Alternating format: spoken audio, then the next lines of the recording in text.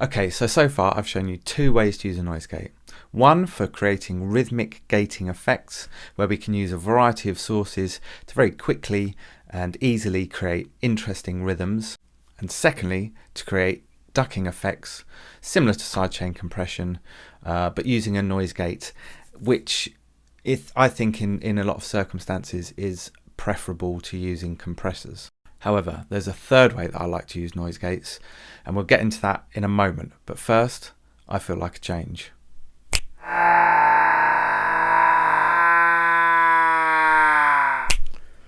Oh, that's better. Okay, so here we are. We're back in the track, the same one that I was using in the last part, where we were talking about using a noise gate with a sidechain to create ducking effects. I've taken this track on a lot more. I've used the bit that we were working on. I've turned it into an intro. I've added some more parts. I've increased the tempo as well. I'm going to play you quickly what I've come up with so far, and then I'm going to talk you through the other way that I like to use, or another way that I like to use noise gates in a creative way. But let's just give you a little taster of this. Okay, I'm using a demo product if you keep hearing these white noise sounds every now and then. Anyway, let's go.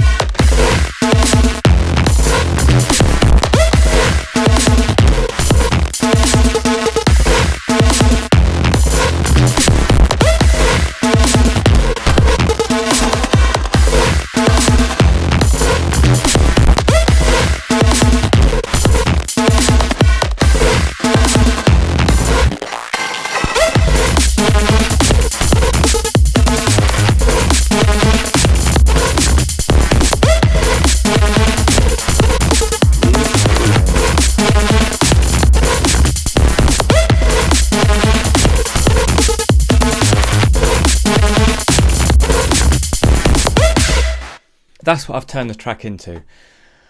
What I'm going to show you is a sound here. It's basically just the same bass patch that I've copied over. I'm using it as a little accent kind of note.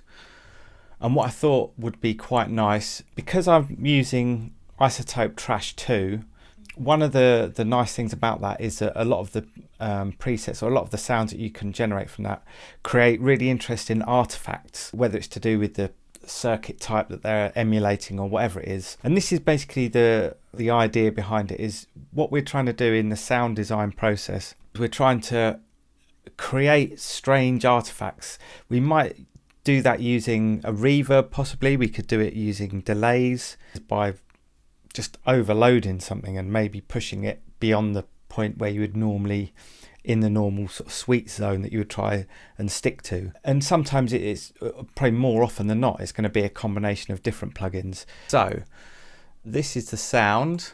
Oh, sorry, I'm going to have to use I'm going to put the side chains on just because I know there's some side chaining happening as well.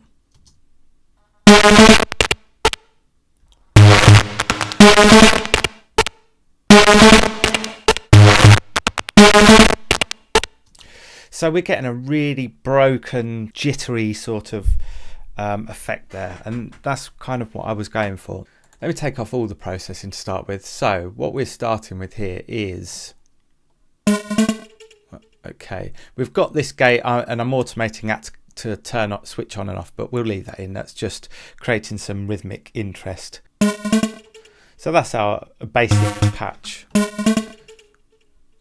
And then once we add the Trash 2, I think I just used a preset here, and I I may have adjusted it slightly. I think I pulled the dry wet down. I don't think I really did anything else. But anyway, it gives us this really nice, these really nice artifacts. These kind of, well, you'll hear in a second.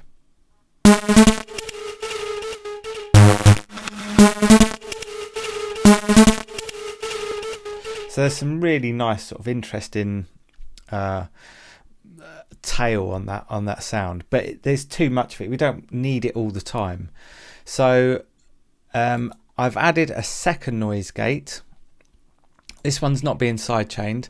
This one's got quite a long release on it, and it was just to cut the tail a little bit.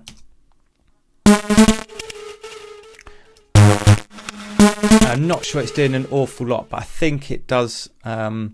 It does help in the overall effect. Then I'm adding this plugin, which is a bit crusher basically, and I'm distorting it quite a lot. So we're adding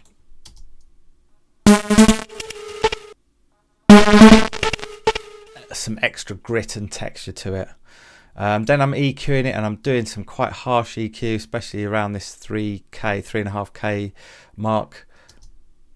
That's to really bring out that gritty texture. Then I'm using another noise gate, and this is the one that's really helping to create the effect or add to the effect. So we've already got this gritty tail on the sound, and now what I'm doing is I'm using another noise gate, and I've got the attack, the hold and the release all set to 0 milliseconds. Now this in itself on any sound that you would use with a noise gate is going to create a little bit of a clicky poppy kind of sound, and it kind of sounds like when a bit of audio has been chopped up and not sort of treated with too much care, and fades not being used, or you're not cutting at the zero crossing and that kind of thing. But in this instant, it's adding to the effect, and I want that really quick attack, hold and release. I've also got the threshold really high. It's at -4 dB, and I'm also pushing the hysteresis up, or hysteresis. I'm not quite sure how to pronounce that word. Hysteresis, I think. Hysteresis. Hysteresis. Hysteresis. And that's all the way up to 0 dB.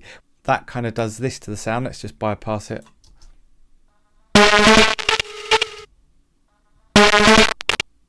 So we're still getting some of that tail, but it's chopping it and it's clipping it, so we're not getting a continuous sound, and it's not carrying on for quite as long.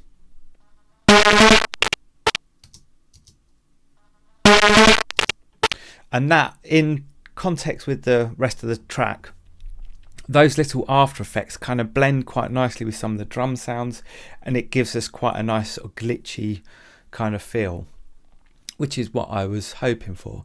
I did try putting it through a bass amp to give it some a character, sort of put it in more of a space of its own, which I didn't feel really worked, so we'll ignore that one. Then I'm just compressing it really heavily. So we're just crushing it basically once we've chopped out a lot of the stuff that we don't need. And then again, a bit crusher I'm using with the clip mode. A little bit of drive as well for some more distortion, because obviously we need more distortion if we haven't got enough with bit crushers and isotope trash already. That's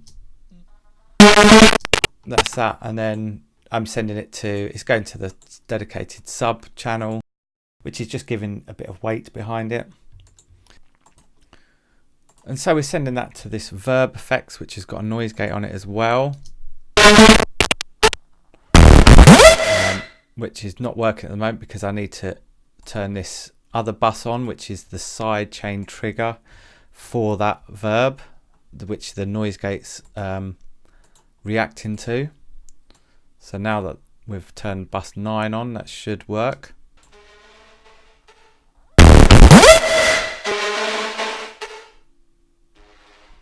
So you can hear that the noise gate.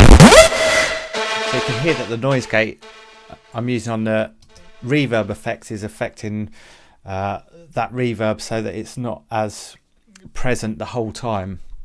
Again, that's another good way to use noise gates, is to just to chop out some of the sounds, particularly on sends and effect channels like that. It's nice to have some nice spatial kind of elements in your track, but you don't want to wash a whole tune out with them. So that is the gritty, broken, distorted, what's the word, sort of disintegrating kind of sound, which I really like, and I've used it a lot in recent tunes. And the noise gates can be very useful for helping to create that kind of texture in your music. What you need to do is find some way of generating interesting artifacts in whatever sound you're using, whether it's a synth or whether it's a sample or a vocal, whatever it might be. And often that means layering up lots of different plugins.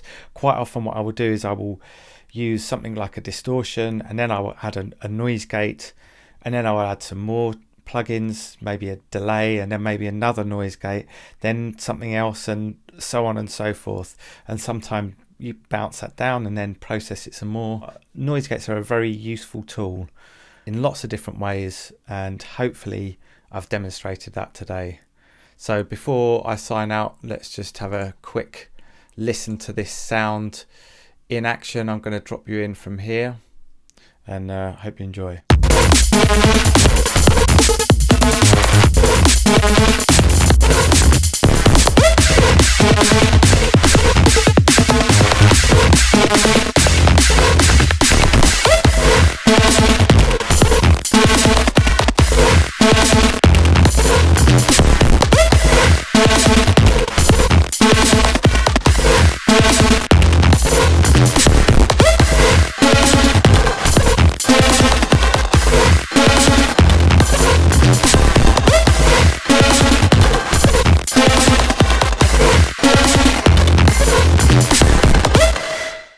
Okay, so that's what we've got. Those are some of the different ways that you can use noise gates. Hopefully I've shown something about using them that is a little bit new to you. Hopefully it inspires you to go out and create your own music and give this a go and see how you can use noise gates in your own mixing and your own sound design. And thank you for sticking with me. Remember, noise gates, awesome plugins. Join me again sometime soon. I look forward to it. Peace out. The one issue with noise gates is they can get a little bit tricky to manage.